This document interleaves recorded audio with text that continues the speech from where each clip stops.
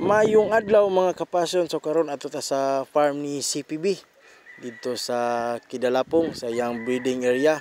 Inaang atong amigo dito karon nagulat. Kanina pa to siya nagulat. So karon, oops, nata dire sa breeding area. Pag kanindot gud sa breeding area ni CPB. Oops, tunob sa ta. Biosecurity first. Karon lang gigamit og kuan ani na disinfectant kay Microban GT. So karon mapababa ta tuwara tong amigo naguna no nagukas na igang daw siya. Pagkanindot yun na mga mansinitas, isa ni sa prutas na walay season, perminti bunga, pag green, pag uma pula na. So karon sulod ta sa iyang breeding area. So pagkanindot sa mga breeding pen, no? First time na ko kita ging ani diri sa Davao del Sur, Davao Occidental. Sa 8 years na ko sa Thunderbird. Ano niya ko pagkanindot, first time ko kita ging ani na breeding pen.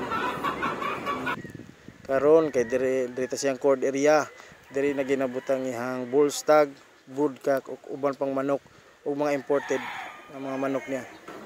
Diri tanan. Kanindot ato sa itug-tuyog ang video para makita sa tanan jud.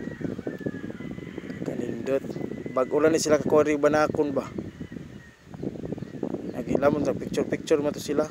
Banakon pa jud nako kay linig sa banakon. So mao na ang kwarto dia ginabutang itlog. So karon atong videohan ng ang itlog na harvest. Oh. Nana ni sa mga 900 ka itlog ni. October born. Pagkan daghan jud. Uy, nakakita ko nagamit sila og grade cell. Thunderbird lang sa kalam. Uy, napa Unibet Microban GT. Salamat sa support, sir. Kong. Oto. So di na to kalimtan natong amigo. Dapat mag-selfie ta siya. Nag-iisang boss barok ng Davao del Sur. Maulan to. Bye-bye.